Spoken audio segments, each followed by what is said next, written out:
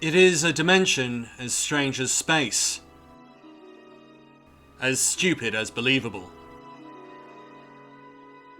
It is the middle ground between light and darkness. That requires a degree of literacy, which I think the great British public doesn't necessarily have. I think if either of us were in a fire, whatever the fire brigade said, we would leave the burning building. It just seems the common sense thing to do. And it lies between the pit of man's fears and the bottom of his knowledge. This is a dimension not only of reality, but of imagination. It is an area we call the gaslighting. To give you an example of gaslighting, I've picked the Matrix. The entire world that Neo lives in is false. What he's been taught is not the truth, and someone comes along to rescue him and pull him out of this false narrative. And what we see in the character Cypher is someone who is the opposite, who wants to get pulled back into this false narrative because it's a better lifestyle. What I intend to show today is that you and I are being fed a false narrative by the Conservative government. This week I watched Grant Shapps try and create his own version of reality, and claiming that the work of the government and its track and trace system has been excellent.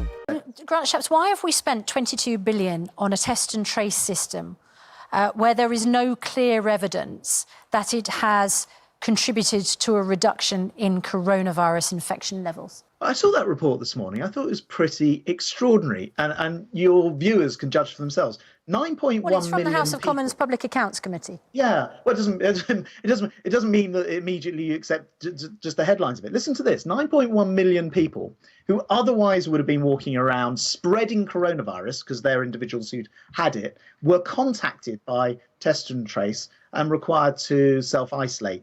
They're contacting over 93% of people, whether or not the contact details of the primary contact has been passed on. That's pretty successful in my book. We had a problem the other day where you had one individual that it took weeks for you to track down. One individual. I mean, you know, this is a multi-billion-pound test and trace system. The report said there is still no clear evidence to judge its overall effectiveness. There's no clear evidence yet.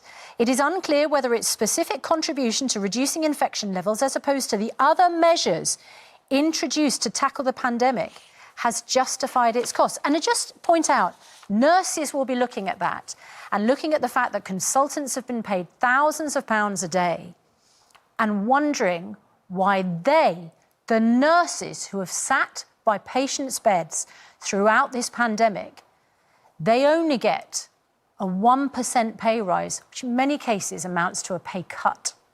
That's a 450 million pay rise compared to the 22 billion spent on an app. An app that doesn't work. So taking the first part and then the second part of your question. First of all, look, one individual was located, even though they've made a mistake and hadn't filled in their details. That to me is the success of the system rather than the failure of the system.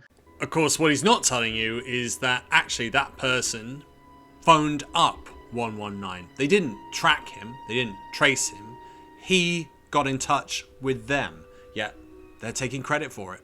And, you know, these variants that we're also worried about, the South African variant, the Brazilian variant, because we've got this test and trace system in place, there have only been 285 cases of the South African variant and only 6 of the Brazilian one, because we're finding the people and helping them to isolate. They're doing you a favour by finding the people that they're allowing in. The Brazilian variant and the South African variant can only come into this country if they come in through the borders.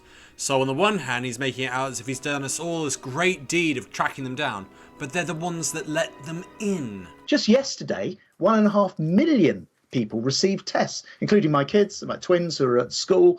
They wouldn't be able to go back to school without this test and trace system. So I just think they've got it wrong. Money well spent, do you?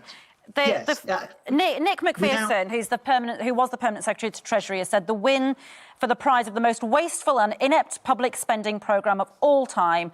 The extraordinary thing is that nobody in government seems surprised or shocked, and you meeting out that. You don't seem surprised or shocked that billions, 22 billion and rising, has been spent on something that he says is the most wasteful programme spending in history. So let me ask you this. What do you think would have happened if 9 million people weren't aware that they had coronavirus because they didn't have symptoms but were called up? If those people weren't called up and didn't know. And again, hidden in the detail there is the fact that this system should have already been up and running and ready to go in case of a pandemic, and it wasn't. And you might think to yourself, oh, well, how could you plan for a pandemic? They've had Operation Cygnus, which was in 2017.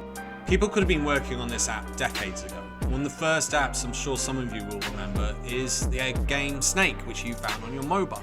The reason so much had to be spent on this is because they hadn't done any preparation. If you go over to the United States, if you have the misfortune of being in a situation where there's a hurricane or an earthquake, there is an emergency broadcast system built into all TVs that automatically takes over the channel and tells you what is happening and potentially what to do. Even Barack Obama was talking about the potential of deadly viruses in 2014. This is well known. No systems have been put in place, and that's why all these consultants and app and software companies were able to charge through the nose because it all had to be done last minute. What you're hearing from Grant Shapps is thank us for not planning and preparing. We've done a great job. Even though we were totally unprepared for this, and that's our responsibility. What do you think might have happened? What might have happened with the South African variant, where we've got concerns over how well the vaccine will work? The answer is you would, of course, be in a much, much worse position. How can you be in a worse position than having one of the worst death rates in the world, the worst death rate in Europe, and having over 130,000 dead?